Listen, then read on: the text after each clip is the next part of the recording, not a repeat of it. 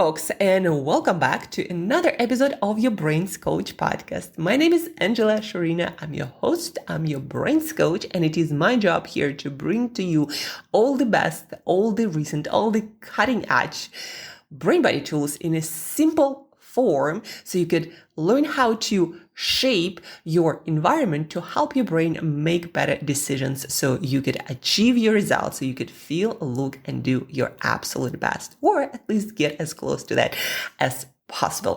Folks, a lot of what our brains do is under the hood, meaning we don't really participate in the decision-making process. Yes, you heard this right. We don't really participate that much as we think in the decision-making process. Why is that? Well, because our brain takes all the information in from outside sources, from inside of us, analyzes all the past experiences, possible future scenarios on the available and most recent information. And then the brain comes to a certain conclusion, certain decision, and changes our brain-body chemistry and creates a certain emotional and thought cocktail.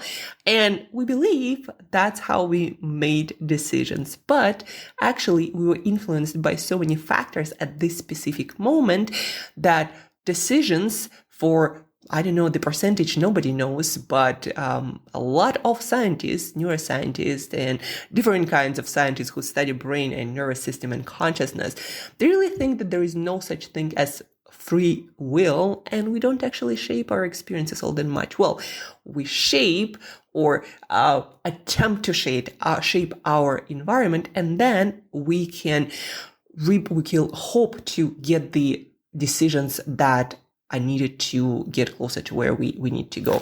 But, I was also reading on Threads, this popular app, a post from Alex Hormozi, a very an amazing person, great entrepreneur of our time, achieved a lot from nothing. And he had this post that the most successful people the most hardworking people do not have a lot more willpower. They just learn how to shape their environment. So it helps them. So it forces them to take the action they need to take to move into the desired direction. So it's not about making decisions and then, pushing yourself into doing the action. It's actually kind of like making the needed choice, the easiest and most obvious and most available. Kind of like if you don't want to eat cookies, but instead want to have healthy food, then put a lot of healthy food in your fridge in every single location where you are. Take it with you in the form, of fruit and nuts, and leave the cookies at the store and don't even go near those stores where you can get those cookies. That is a much smarter, science-proved approach towards making the choices that you want to make. And creating the only path is the one that you need to take, whether that's hard, and if you're into achievement, it's going to be hard, or easier one, make the one that you need to take the only available option. That's the takeaway. But besides that, folks, today's podcast is about what I, as a brain coach, having absorbed all these research studies and information, what do I do in my day and consider it essential parts of my day to make sure that my brain works right, to make sure to make the best possible choices, to make sure to be focused and productive and motivated no matter what curveballs life throws at me, to maintain great health and mental health, great motivation, great drive to go after things and make progress again, no matter how many challenges I encounter. Like what do I do to also have great sleep and great mood and great control over my appetite, so my health and my fitness stays in the shape that I want. What are those things that I consider to be essential based on all the research studies and data, and also on anecdotes from my clients or myself, my personal experience? So number one, it's not even, a part of the routine that I'm about to describe. 10 things that I do every single day, no matter what, to keep my brain running smoothly, helping me to make the best possible decisions. So number one, and it's not even the number, it's just the foundation, sleep. I make sure to get good quality sleep on the same schedule. And by the way, regularity, according to recent studies and data, really matters. It's not the same if you sleep for 8 hours. One day you go to bed at 10 p.m., the other day you go to bed at 12 a.m., then at 2 a.m. It's not the same as going to bed at the same time, let's say 12 a.m. or 11 p.m. or 10 p.m. Like my personal time of choice is 9 p.m. has been since I was a kid, never changed. I'm an early person. That's how I feel the best. And so keeping that time, keeping my sleeping window to 8 to 9 hours, that's a non-negotiable. Getting enough sleep for the brain to help your brain make the best long-term decisions and cope with life in the best possible way, and to also have great mood and have easy focus. A lot of clients tell me that, well, when I don't sleep well, it's so hard for me to focus and stay motivated. Like, why is that? Well, why is that? It's because your whole brain-body chemistry changes, and your dopamine, your serotonin levels are not the same.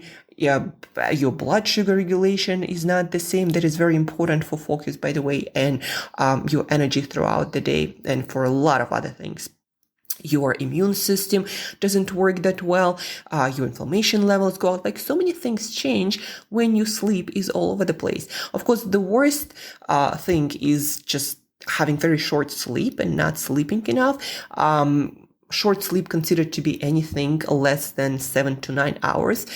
But the second thing is regularity and having good quality of sleep. And of course, there is a whole lot of information on the quality of sleep and how to make sure that you get the best, and what are some tools to remedy your sleep quality, or maybe the lack of proper sleep quality, right? I could do a whole episode on just that, and many people do.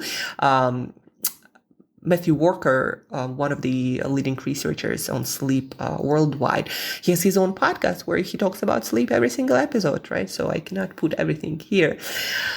But I'm just telling you, sleep is a foundation. Please do not expect yourself to function 100% or close to that if you cut your sleep short and you just don't get enough of good sleep. So number one, what do I do when I wake up after this good night of sleep? I have two things that I do every single morning. And based on research, those are the things that are needed to provide your brain with the right kind of chemistry, with the right kind of neurotransmitter balance, so you feel you're most productive, focused, alert, not sleepy, and then so you sleep well, and so during the day your energy is good, so everything works well. There are two things in the morning that you need to do, and they are the part of my morning Kickstarter cocktail. So getting outside in the first couple of hours of sunrise as early as possible. If it's possible, if it's not possible, get some lamp that stimulates the daylight. That is about 10,000 LUX or lux. It's a measure of light. But anyhow, sun and movement, folks. Blood circulation, this light signal that you cannot get inside, that you cannot get at any other time through your eyes from the sun, not behind the glasses, not in the shade. So get outside in the first couple of hours of sunrise, get that sun exposure for 10 to 20 minutes, depending on how cloudy it is, and get some movement. The easy, part for me is like, go for a walk, get some sun. That's like two things that I do every single day. I might do exercise, I might do something else, but walking and sun exposure, or any sort of movement and sun exposure, those are fundamental and based on really solid research and data. Get your movement, get your sun in the morning, and you'll be so glad and happy you did. And every single client I worked with, every single person I talked to, they know that when they get outside, they do some movement, whether that's walking, running, or something else, they do feel better, and it is so much easier to focus and get work done and feel great and have great mood. And also sleep quality improves because it regulates your circadian rhythm. So number 1 and 2, sun and movement. Number 3, breakfast that contains sufficient amount of protein. Now, there are other things that I consider to be essentials for my breakfast, but if you are interested in focus, in motivation, in energy, in every single process running and not feeling sleepy and not dialed in and kind of like fuzzy and foggy, you gotta get that protein in 30 plus grams. And if you don't know how many grams of protein you actually get, guess what? There is Google, maybe even ChatGPT can do that, like how many grams of protein in this or that. Animal-based sources are the best kind of sources for specific proteins that your dopamine, for example, is made of, like amino acid tyrosine. Not going to get into details, but eating your protein 30 grams plus animal is superior and better, is very important for your neurotransmitter balance, basically for all the molecules of focus, motivation, and drive in your brain. And also your body uses that protein for a lot of other things. And your appetite goes down for the rest of the day. And your body maintains lean body mass. That is a huge factor in longevity, health, energy, maintaining your lean body mass, your metabolism, like so many things, right? Protein for that breakfast, think number 3. Now, when you have that breakfast, it is recommended to not have your breakfast right when you wake up, like wait for an hour, 90 minutes, because of different factors. But that is not as important as getting your sun, getting your movement, and then getting your breakfast and protein. Whenever you have your breakfast, just make sure that for that first meal of the day, you get your 30 plus grams of protein. Obviously, the less meals you have per day, the more of that protein needs to go into that morning meal. So those are 1, 2, 3. Number 4 is now, I do my routines, obviously take a shower, etc. And then I sit down to work. First 2 things I do, number 4 and 5, I write down my goals. I look at my schedule that I actually do the day before, and then I write down specifically the goals I need to accomplish this day. What happens with that? You activate even more powerfully your reticular activating system. That is a system, one purposes of which is to filter out all the stuff that is not relevant to what you're about to do, to what is important. And how do you make sure that your brain knows what is important? Well, you write it, you put some energy into that, you repeat it, repetition, and in visualization, especially with emotion, putting energy via writing it down, all that helps the brain to see that this is important. Sip of water. And then it's so much easier for your brain to not have irrelevant thoughts and going down some rabbit holes that are not really relevant, but instead your brain will bring to you the most valuable insights for this specific task you are about to start. So goal setting, writing your goals down, I consider to be essential. Even if I'm on vacation, I sit down and write my goals because what do I want to be thinking of? What kind of ideas do I want to create in my brain for the upcoming day? How I want my day to go? What I want my brain to focus? So writing that down will help to again activate the system that filters out the noise. And the noise is anything that is not relevant to what you need to do or you want to experience. Number 5, if I work, and in most days I do, I turn off all the notifications for the period of time that I'm working. All notifications on my computer, on my phone, all the sounds, everything is absolutely off. And that is the only way, folks, you can get into deep focus, you can get into flow state, you can stop struggling with your mind being all over the place and distractions.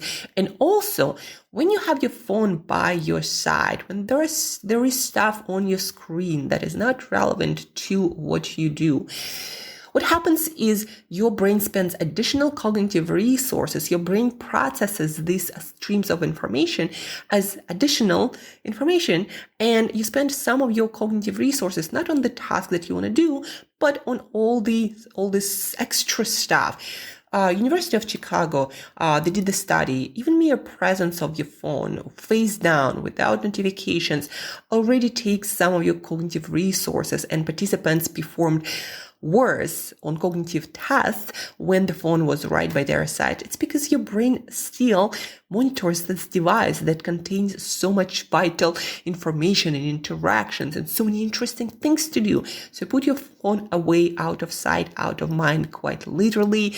Turn all the notifications off. Make sure that on your screen you don't have 80 tabs open, but only the relevant ones. Eliminate as much noise and information streams, audio, visual distractions in your environment as possible. That's the key message here, but most important, notifications off, sounds off, and get into work. Number 6, by the way, well, that is actually to my breakfast. So with my breakfast, I make sure to have my supplements. And in my basic supplement stack, because of the composition of my breakfast also, I have my multivitamin, I have my magnesium additionally, and I have my, what's the third thing? And my B vitamins, that's my stack for the morning. B vitamins, B complex additionally, magnesium additionally, and good multivitamin. Because a lot of those neurotransmitters or brain molecules like dopamine that keep you focused, motivated, energized, and just all of the processes in our body require all of the essential nutrients. And for most of us, our first part of the day is supposed to be quite productive. And so if you're feeling also foggy, not energized, and maybe you have more anxieties that you'd like to, maybe just hard to get around and, feel dialed in and get right into work, consider taking these supplements, this specific stack, because it will provide all the necessary nutrients, all the missing pieces that create the neurochemical cocktail in your brain to help you first productive, to help you happy, to help you learn effectively, and so many other things. It also supports, obviously, all of the body's functions. It's not just about the brain, but taking my supplement is definitely an item on my list that I do every single day, no matter where I am. Right now, I'm in Turkey, Istanbul. And I do this anywhere, right? I make sure that I have my supplement stack, and I make sure that I have a place to walk and move and work and turn off all my notifications. And I have my protein for breakfast. So no matter what, this is my stack of essentials to make sure that I'm productive and handling life and happy and functioning well, no matter where I am. I treat my body and brain like a biological machine that has certain requirements. And throughout my life, my career, I've gone through a lot of research and books and certification programs. And based on that, I kind of, compiled this list that I share with my clients. And then I eliminated a lot of things that are usually needed for specific purposes, but not for everyday purposes. And this is the list that I personally kept for myself. So after, supplements, notifications, your goal setting is done, I sit down to work. I use Brain FM. I'm not affiliated, but I absolutely love the app. It's brain.fm. It's the kind of music, more like sounds, that helps you to focus. And it's very effective. I notice how much easier it is for me to get through any work, even if I don't feel all that focused and motivated and wanting to approach this challenging piece of work, like maybe creating another presentation or sales offer. It's hard work. It's a lot of thinking. But I put Brain FM on, and I put the headphones on my head, and I'm almost immediately in the zone, and I just start chipping away things one after another. So Brain FM, highly recommended, not affiliated, but music, the right kind of sounds that those companies create based on research, they really help the brain to focus. Music has a special place in the brain, and all the research shows us that. And I have a book in my book list to read about how music works for the brain, but it is something special, folks. So brain.fm, that's another item on my list. Then let's get to the midday, somewhere in between 12 and 2 p.m. If I don't have a longer break, I make sure that I take a yoga nidra break, something that is recommended by Andrew Huberman, a professor, neuroscientist at Stanford, and he recommends a yoga nidra that is also, by the way, one of the favorite tools of Sundar Pichai, CEO of Google. So Yoga Nidra, it's a kind of body scan that you do either lying down or really, really relaxed, sitting, leaning back somewhere, I don't know, on the couch or in a comfortable chair. So Yoga Nidra body scan, you can YouTube it and find really good protocols. There is even one that Andrew Huberman made himself. So what it allows you to do to kind of refresh your brain, hit this, restart, refresh button. It allows to restore pools of neurotransmitters, things like dopamine. It allows you to restore some of the capacity of your brain to focus. It's also very relaxing, very restorative. And when you need to go through a lot of focus work, having Yoga Nidra, I usually take 10-minute protocol that Andrew Huberman recorded. So having those breaks, either every 90 minutes or ultradian cycles, your brain cycles during the day, or maybe again in the middle of the day, that's my time for sure to take that break. Do it, restart your brain, and you'll be surprised how much more work and focus you actually have in you when you take proper breaks. Again, I recommend this kind of break every 90 minutes. Yoga Nidra, so another must have every day. Maybe not every day, but because on most day I work, I need to take those breaks. If I'm on vacation and I have a day off, I might not take the break. I'm instead outside. The whole day is on the break and in the experiences. But when I work, that's the brain refresher I never skip. Again, really good data, really good science. So try it. If you need any, by the way, links or anything, other resources based on what you heard, please do let me know. Email me, angela@brainbreakthroughcoach.com. And number 9, fitness snacks. This concept I started implementing and popularizing with my clients a few years back, like 5 years back, when I interviewed Joanne Vernicus. She is a former director of NASA's Life Sciences Department. And what she told me that we need to move, by movement, she meant, for example, simply standing up, sitting down, standing up, sitting down, doing some movement to help the gravity to boost your heart, to help the heart to pump blood to your brain and through your body and improve blood circulation towards your organs and tissues.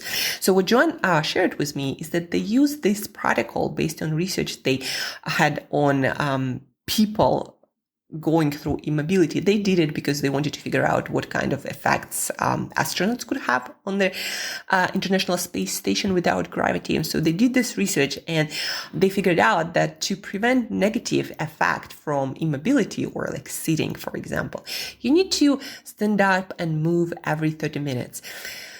And from that time, there is more and more research showing that doing just one workout, for example, and then sitting for a few hours non-stop, that is not a good idea. Blood circulation starts to be compromised in 30 minutes and after, and that's why actually a lot of smartwatch would have this setting to remind you to move every 30 minutes. But as a brain coach, I recommend it to my clients because your brain sits above your heart, and this is the hardest point to pump the blood to. And when you sit, you get less and less blood circulation, you get less and less oxygen, you get less and less nutrients towards your brain. And that means it's harder and harder for you to focus, to deliver work, to stay productive, to be learning, just to be in a good state for work. And also your metabolism, your inflammation levels, blood sugar regulation, lean body mass maintenance all becomes compromised if you just sit and don't do movement, any sort of movement like standing up, doing some stretch. It doesn't have to be a lot, like a minute of movement every 30 minutes. But you gotta do it to, again, keep your brain at its top capacity to work. Also, a lot of my clients, of course, have standing up desks or desks where they could change the position, sit down, stand up. So all of that works really, really well. And it's on my 10 item to-do list. Every 30 minutes, I prefer to work seated, but every 30 minutes, I make sure to move. And number 10, last but not least, my end of the day walk after dinner, sunset walk. Sometimes it's not sunset. I try to get my sunset hours also to help with sleep and circadian rhythm. But the most important part is after dinner, I get out there, I spend 20-30 minutes walking. It helps to regulate blood sugar. It helps to change metabolism in a way that is a very helpful for sleep, and also again it delivers additional blood and it delivers additional oxygen and nutrients to your brain. It seems to be helping with learning and memories and ideas, and more exercise is just good, especially things like walking. So I always do it at the end of the day after my dinner. And that's how I conclude my day. And then I come back home. Usually it's either, planning the day, journaling, taking care of some errands. And soon after, I probably might be going to bed, or I have another bout of learning and then go to bed.